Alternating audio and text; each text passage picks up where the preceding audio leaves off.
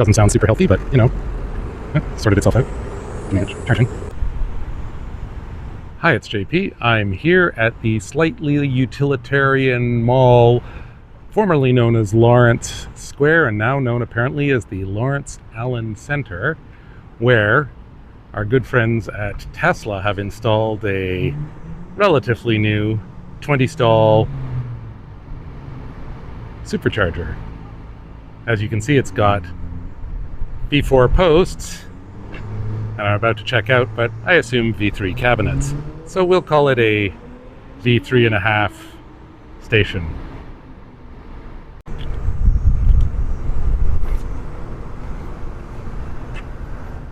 Just having a little look-see here. Can I discern the voltage?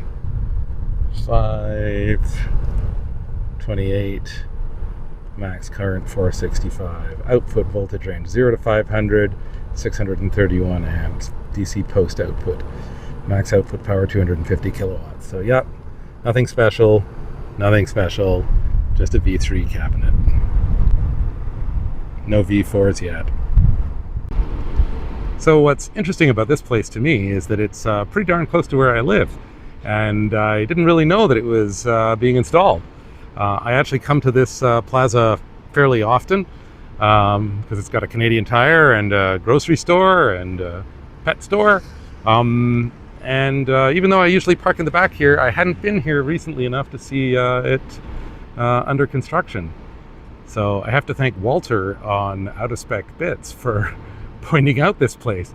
It's odd when you see something that's on there that he's talking about that's in Canada and pretty much around the corner from where I live. So, you know, nice to see it here. Even though this place is brand new, it looks like one of the stalls over there has met an untimely, where is it? End. I'm actually quite happy to see this thing here because it is filling a need for charging in this little part of Toronto. We're kind of in upper mid-central Toronto, just 5 minutes south of the 401.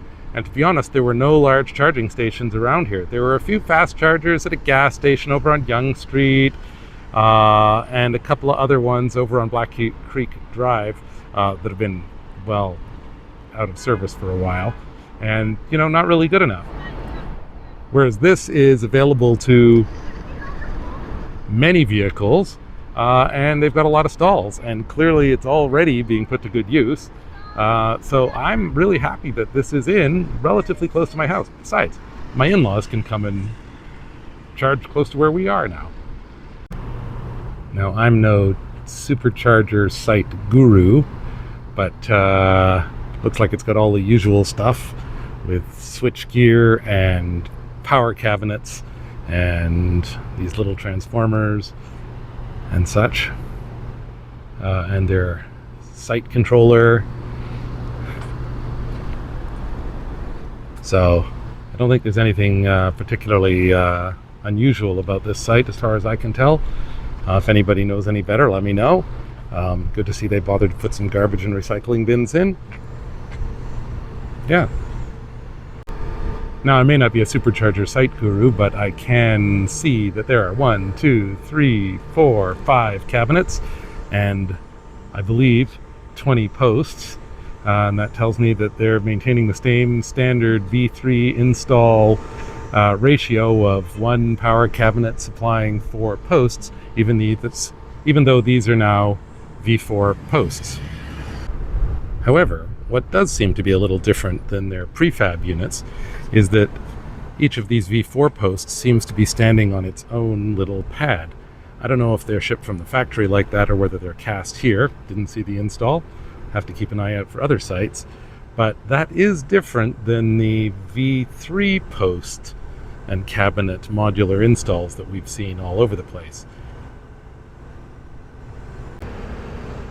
Now, I am going to say that these V4 posts don't have any screen on them. I have seen some that have some kind of payment terminal on the post, but these ones don't. It's just the handle and some instruction QR codes and the post number.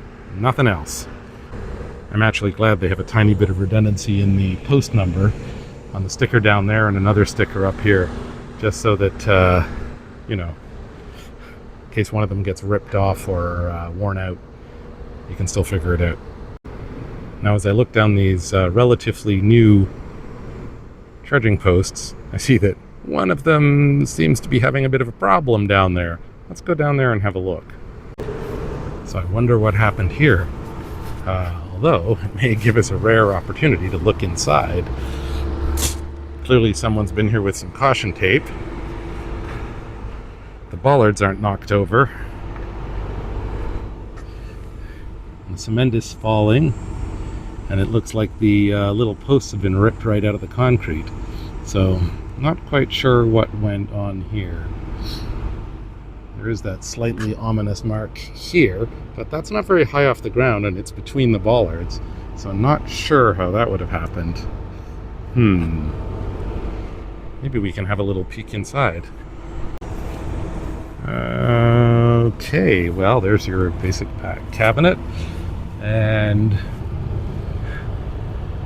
that looks like some kind of fan radiator unit down there. Danger high voltage. I'm guessing that aluminum casing is containing all the power electronics. And it looks like we have a coolant reservoir up at the top here. Some kind of a flexible pipe. Don't know what that's for. Probably there's a pump in here somewhere. Can't see it. The dispenser handle over there with some connections. You know, it's neat to see. I sort of had this perception that the Tesla posts had nothing in them and all the brains were in the charging cabinet. But it looks like, the power cabinet. But it looks like these things at least have a cooling system, presumably for the cable, and some electronics.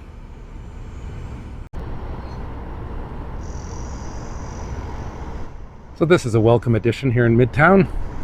It's kind of interesting that they've chosen to put it here at Lawrence Allen Center rather than just up the road at Yorkdale, where it's a bit more upscale and they actually have a Tesla store in Yorkdale.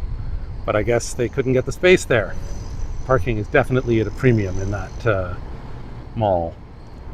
Regardless, it's nice to have it here, just 5 minutes off the 401.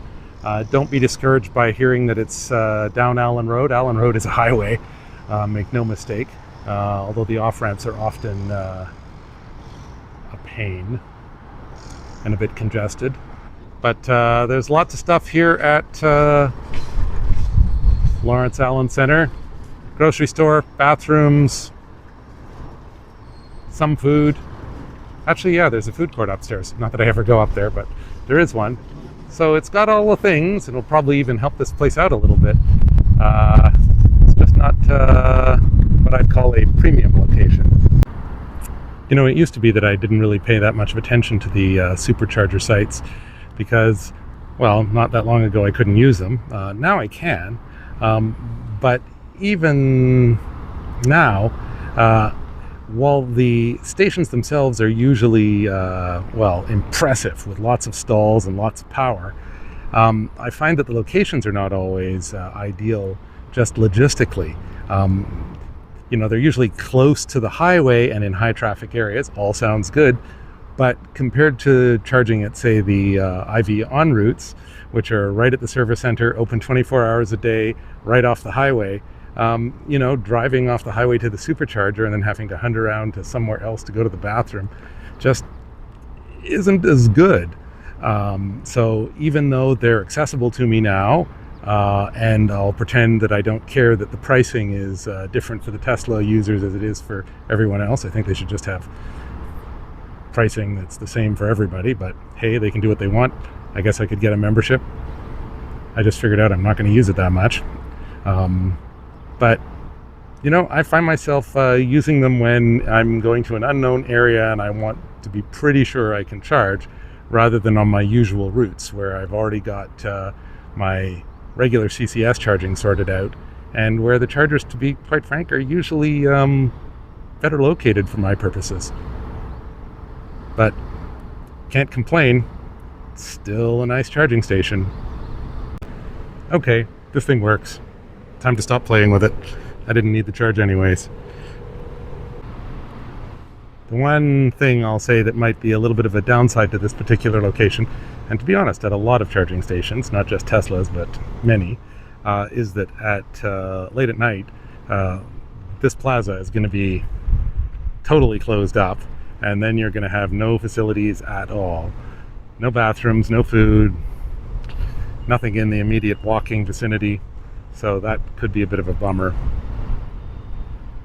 But I suppose it applies to a lot of charging stations, so that's why I'm excited to have usable charging at the en routes, because they're open 24/7. And that's it for me from Lawrence Allen Center, aka Lawrence Square. See y'all later.